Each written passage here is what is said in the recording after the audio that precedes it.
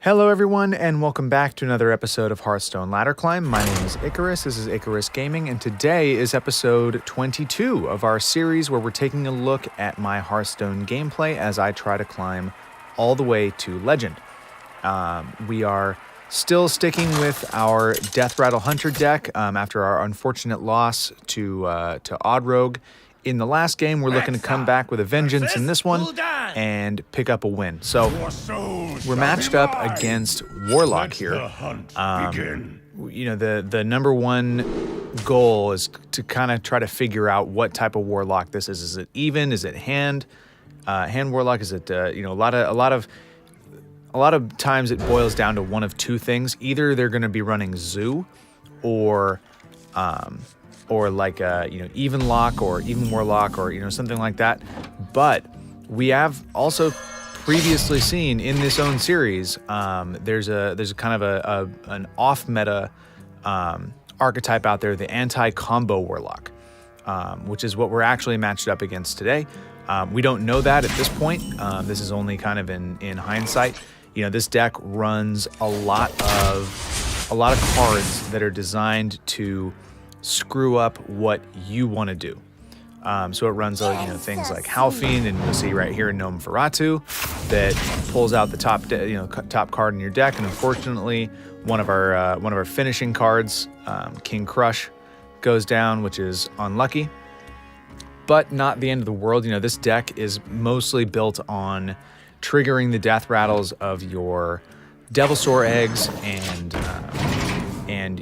Katherina, along with the spider bots. So, you know, it's unfortunate that we lose a big minion like that, but it's not, you know, it's not the end of the world. We play the Gluttonous Ooze there, kind of for tempo. I was thinking, you know, we wanted to hold it in our hand in the initial mulligan stage, because you don't know, you know, what type of war. If it's Zoo, you can just play it right away, and in fact, you're probably going to have to, because you're going to have presence on the board. But that Gluttonous Ooze, that with the weapon removal, can be insanely valuable if your opponent has like the Skull of the Minari, which is a very popular thing for Warlock to run. I'm not too familiar with anti-combo Warlock, so I wasn't sure if they would be running it, so I kind of took a gamble there.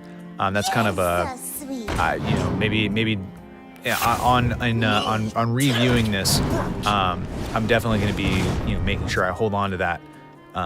And you'll see why in a few minutes. So the second Gnome Feratu comes out, so there's another card burned. It's unfortunate, but you just play around it, do the best you can. So we get the second flanking strike, get another wolf on our side, go face, and we're in a fairly decent spot here. You know, we don't know what type of shenanigans our opponents can be pulling off. And by the way, if you see two Gnome Feratus,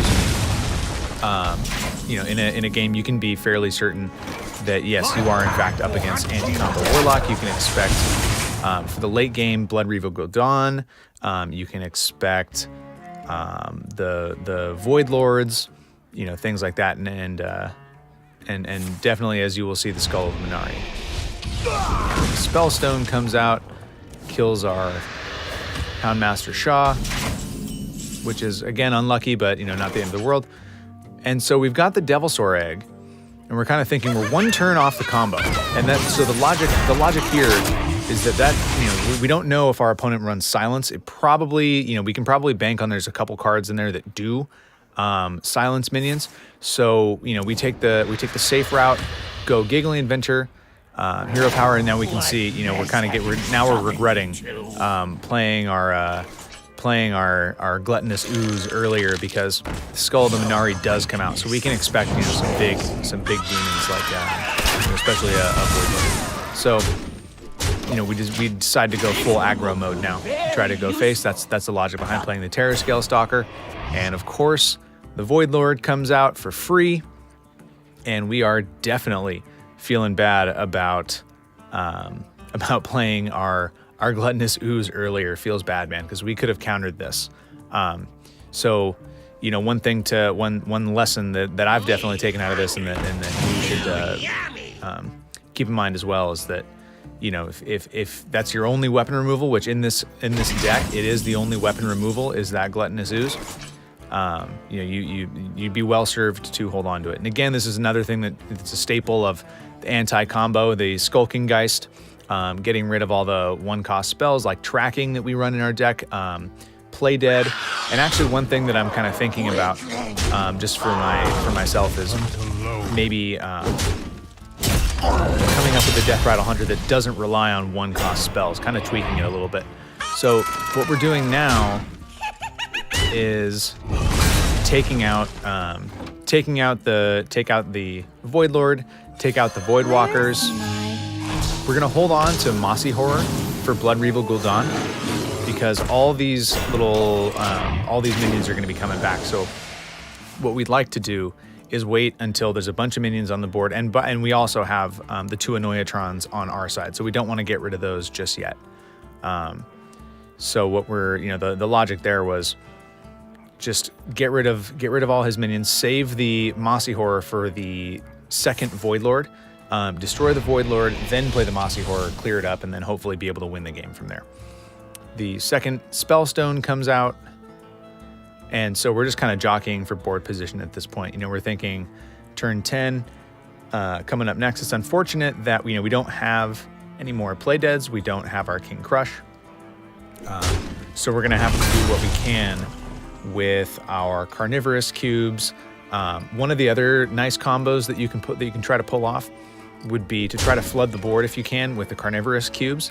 Try to flood your board with Devilsaur Eggs. Obviously, with each cube summoning 2 eggs, and then you can Mossy Horror and completely flip the board, destroying all of your eggs and replacing them with 5/5. So that's one combo that you can pull off. Obviously, we're not going to be able to do it here because we don't have any more eggs on the board after the Defile. But it did put us in a decent spot here. And another classic anti-combo, the Demonic Project. And so we saw that our opponent had to give up a Rin, which is kind of unfortunate for them. But it actually helps us because we're kind of doing the math here and we're looking and we have, oh wait, hold on, we have lethal. With the Doom Guard, with the Charge, Hero Power, our 1 remaining Devilsaur, and then a little cheeky emote there to kind of get after our opponent because try to punish them for giving us the win there. So feels bad for them. Feels pretty good for us. We came out on the other end on the lucky side of that, which is great because I've seen a lot of gameplay where people run Demonic Project and it turns, like, say, if you're running Mechathune, it just flips Mechathune or something like Malagos and just completely destroys your win condition. So that was how anti-combo can go wrong, but go right for us. See that we're back up to 8 rank with full stars. So we're going to be back on the ladder climb coming up. So stay tuned.